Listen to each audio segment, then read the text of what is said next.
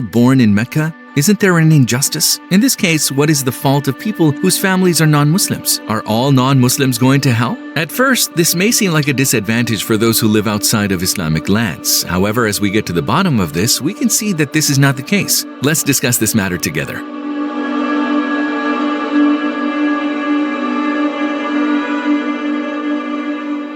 Living in a particular land is not a must-have criterion in faith. There are many examples of this. For example, most of you know the story of Prophet Moses.